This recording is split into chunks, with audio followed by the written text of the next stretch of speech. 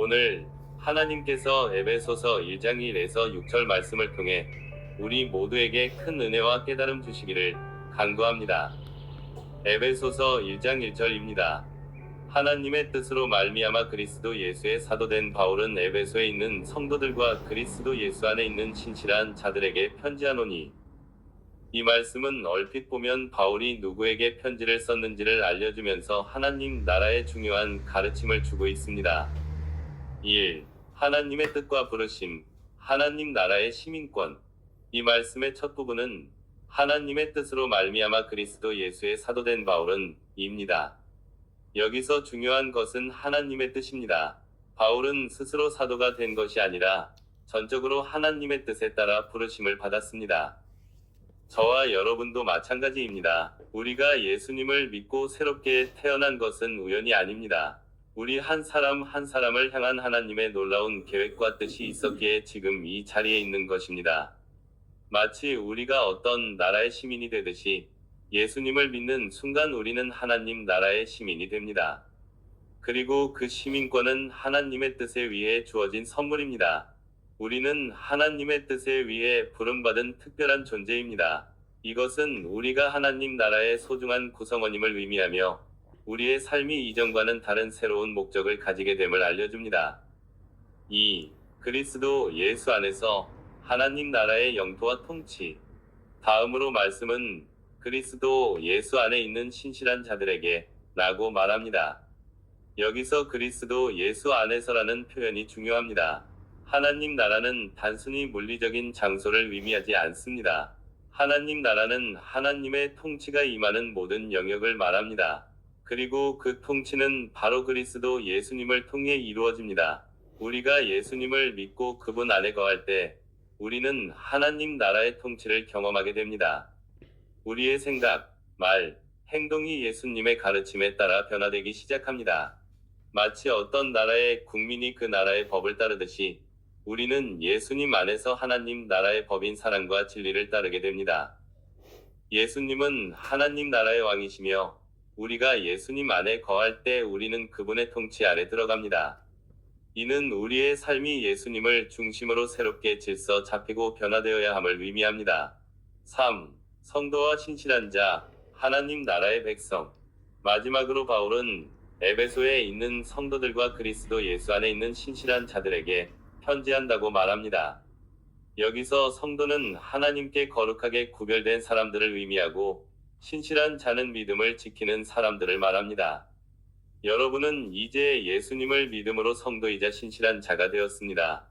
우리는 이제 더 이상 세상의 가치관을 따르는 사람이 아니라 하나님 나라의 가치관을 따르는 백성입니다.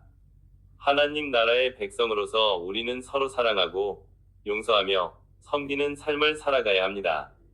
마치 한 가족이 서로를 돌보듯이 우리는 교회 공동체 안에서 서로에게 신실한 지체로서 살아가야 합니다.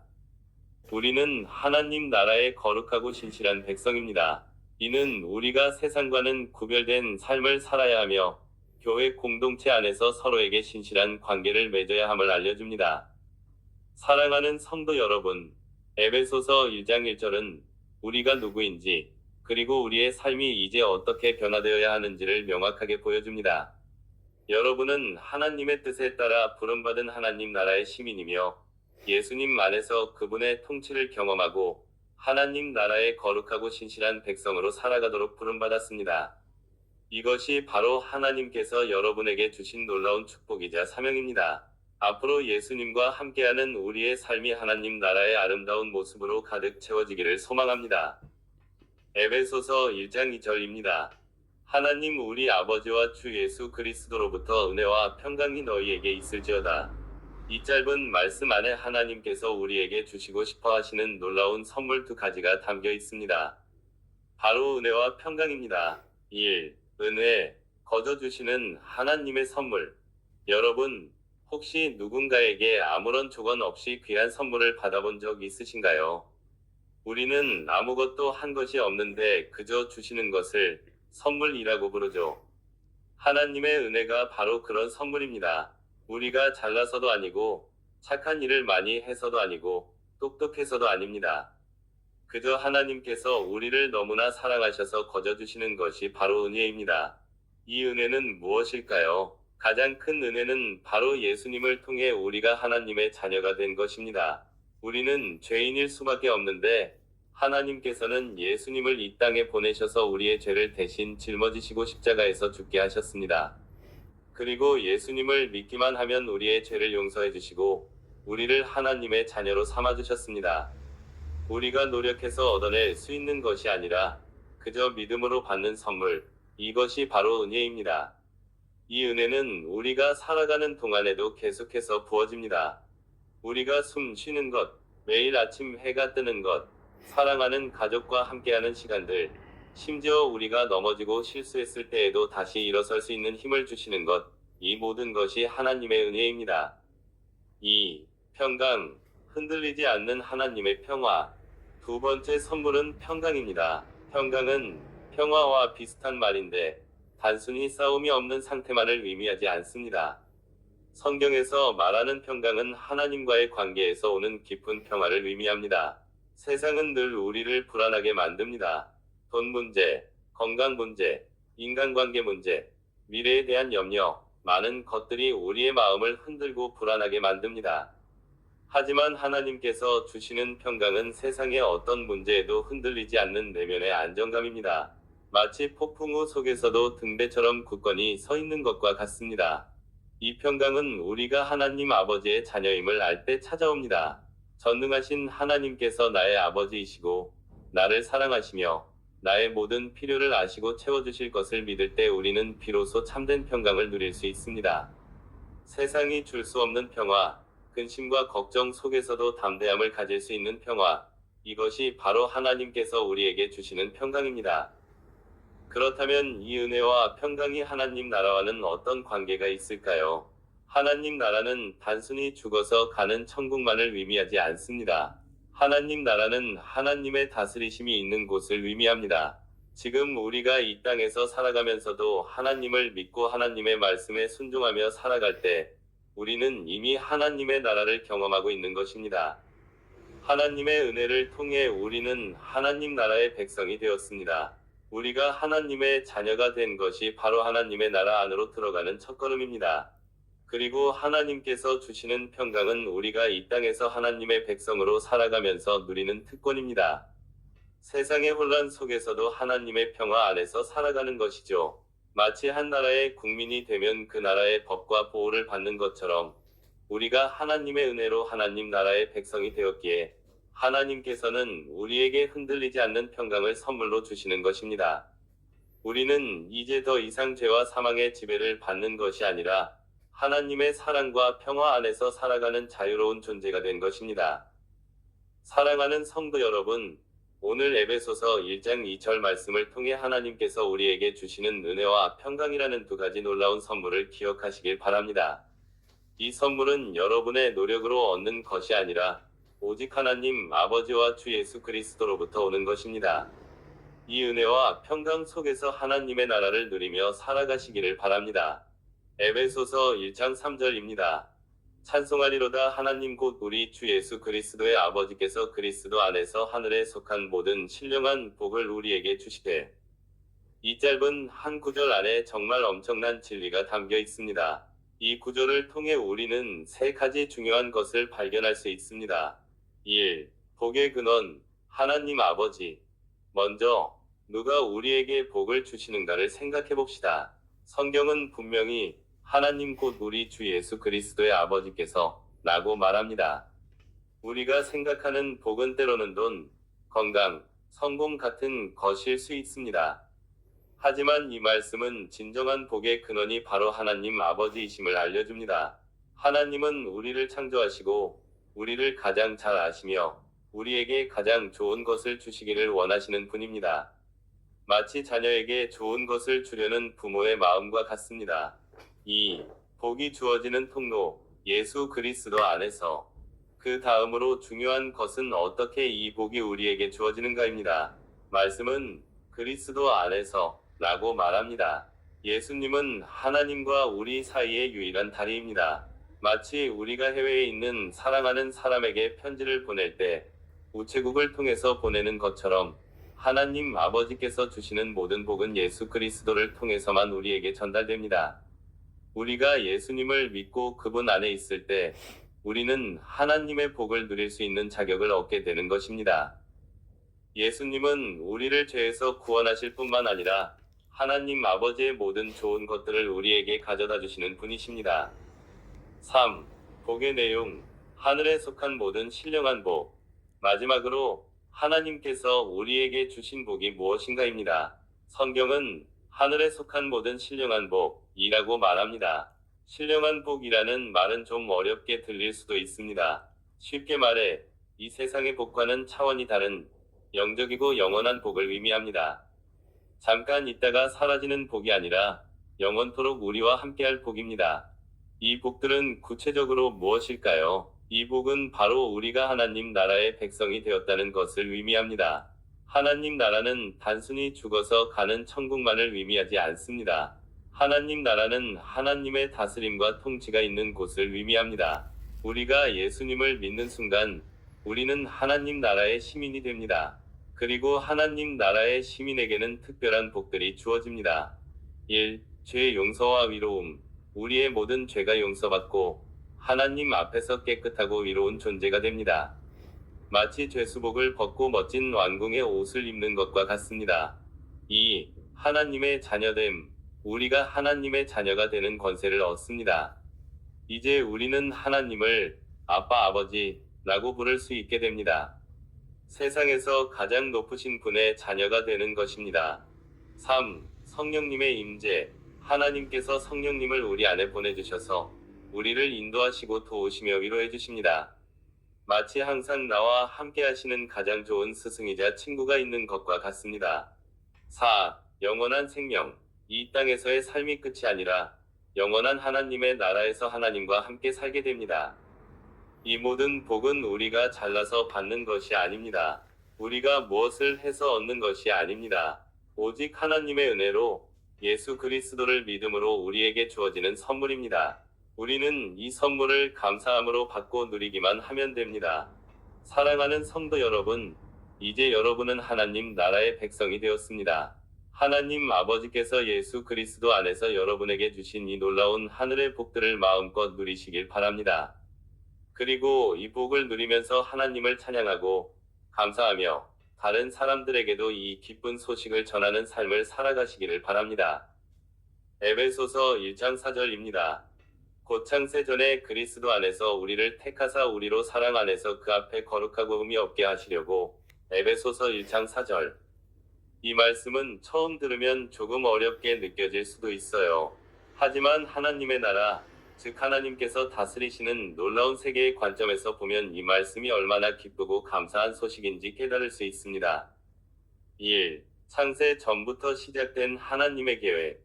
이 말씀에서 가장 먼저 주목할 단어는 창세전입니다. 창세전은 이 세상이 만들어지기도 전, 지구가 생기기도 전, 심지어 우리가 태어나기도 훨씬 전을 의미해요. 마치 유명한 건축가가 건물을 짓기 전에 아주 상세한 설계도를 미리 만들어 놓는 것처럼 하나님께서는 이 세상을 창조하시기도 전에 이미 우리를 향한 놀라운 계획을 가지고 계셨다는 거예요. 이것은 무엇을 의미할까요? 바로 우리가 우연히 이 땅에 태어난 것이 아니라는 사실입니다.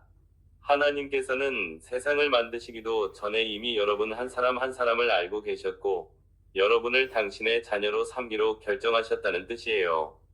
이 사실만으로도 우리는 얼마나 특별하고 소중한 존재인지 알 수 있습니다. 2. 그리스도 안에서 이루어진 선택. 하나님께서는 우리를 선택하셨는데 그냥 아무렇게나 선택하신 것이 아니라 그리스도 안에서 선택하셨다고 말씀합니다. 여기서 그리스도는 바로 예수님을 뜻합니다. 우리가 아무리 노력해도 스스로의 힘으로는 하나님 앞에 설 수 없는 죄인들이었어요. 하지만 하나님께서는 우리를 너무나 사랑하셔서 예수님을 이 땅에 보내주셨고 예수님께서 십자가에 못 박혀 죽으심으로 우리의 모든 죄를 대신 갚아주셨습니다. 우리가 예수님을 믿고 영접할 때 우리는 예수님 안에 거하게 되고 예수님 때문에 하나님 앞에 나아갈 수 있게 됩니다. 하나님 나라의 관점에서 볼 때 예수님은 하나님 나라의 문과 같습니다.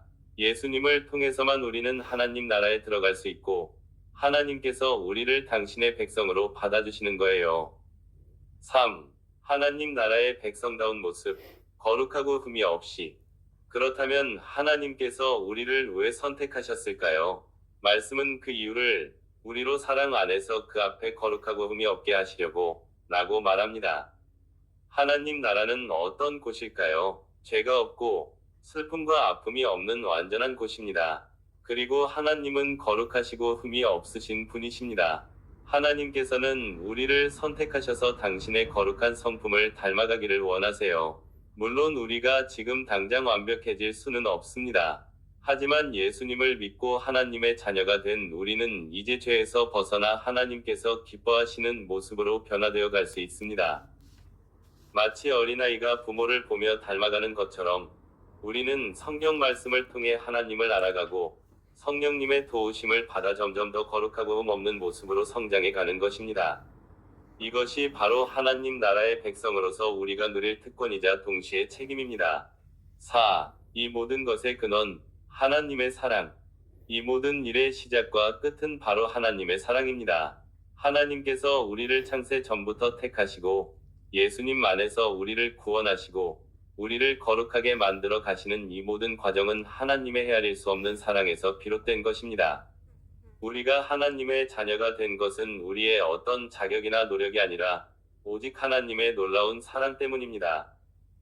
사랑하는 성도 여러분, 오늘 에베소서 1장 4절 말씀을 통해 하나님께서 여러분을 얼마나 특별하게 생각하시고 사랑하시는지 조금이나마 깨닫게 되셨기를 바랍니다. 여러분은 우연히 이곳에 오신 것이 아니라 창세 전부터 하나님께서 여러분을 향한 아름다운 계획을 가지고 계셨기 때문에 지금 이 자리에 계신 것입니다. 이제 우리는 하나님 나라의 백성으로서 하나님의 사랑 안에서 날마다 거룩한 모습으로 변화되어 갈 것입니다. 에베소서 1장 5절입니다. 그 기쁘신 뜻대로 우리를 예정하사 예수 그리스도로 말미암아 자기의 아들들이 되게 하셨으니. 1. 하나님 나라는 어떤 곳일까요? 하나님 나라는 단순히 우리가 죽어서 가는 천국만을 의미하는 게 아니에요. 하나님 나라는 지금 여기서부터 시작되는 하나님의 다스림과 통치를 말합니다. 마치 어떤 나라의 왕이 있듯이 하나님 나라는 하나님께서 왕이 되셔서 모든 것을 다스리시고 돌보시는 곳이에요. 하나님 나라는 사랑과 정의, 평화가 가득한 곳입니다. 죄와 슬픔, 고통이 없는 완벽한 세상이죠. 그리고 가장 중요한 것은 이 나라의 왕이신 하나님께서 우리를 너무나 사랑하신다는 거예요. 2. 하나님께서 우리를 예정하셨다는 것은 하나님께서 우리를 예정하셨다는 것은 마치 여러분을 위해 특별한 계획을 미리 세워두셨다는 의미예요. 우리가 하나님을 찾기 훨씬 전부터 하나님께서는 여러분 한 사람 한 사람을 깊이 사랑하셨고 여러분이 당신의 백성이 되기를 원하셨어요. 생각해보세요. 여러분이 누군가의 생일 파티에 초대받는다고 가정해 봅시다. 그 사람이 여러분을 염두에 두고 미리 초대장을 준비하고 여러분이 와주기를 기다렸다는 뜻이잖아요. 하나님께서도 바로 그렇게 우리를 당신의 나라로 초대한 거예요. 그것도 아주 특별한 방법으로 말이죠. 3. 예수님을 통해 하나님의 아들, 딸이 되다. 이 말씀에서 가장 중요한 부분은 바로 예수 그리스도로 말미암아 자기의 아들들이 되게 하셨으니 입니다. 우리는 원래 죄 때문에 하나님과 멀어져 있었어요. 마치 죄라는 두꺼운 벽이 우리와 하나님 사이에 가로막고 있었죠. 하지만 하나님께서는 우리를 너무 사랑하셔서 그 벽을 허물 방법을 마련하셨어요. 그 방법이 바로 예수님입니다. 예수님께서는 우리의 죄를 대신해서 십자가에서 죽으시고 부활하심으로 우리가 다시 하나님과 가까워질 수 있는 길을 열어주셨어요. 예수님을 믿는다는 것은 그분을 통해 우리가 하나님의 특별한 가족, 즉 하나님의 아들, 딸이 된다는 의미예요. 세상에 어떤 왕이 평범한 사람들을 자신의 자녀로 삼을 수 있을까요? 오직 우리 하나님만이 그러실 수 있습니다. 이제 여러분은 하나님의 특별한 자녀로서 하나님 나라의 백성이 된 거예요. 하나님께서 여러분의 아버지가 되셔서 여러분을 사랑으로 다스리시고 보호해 주실 거예요. 여러분은 더 이상 외로운 존재가 아니에요.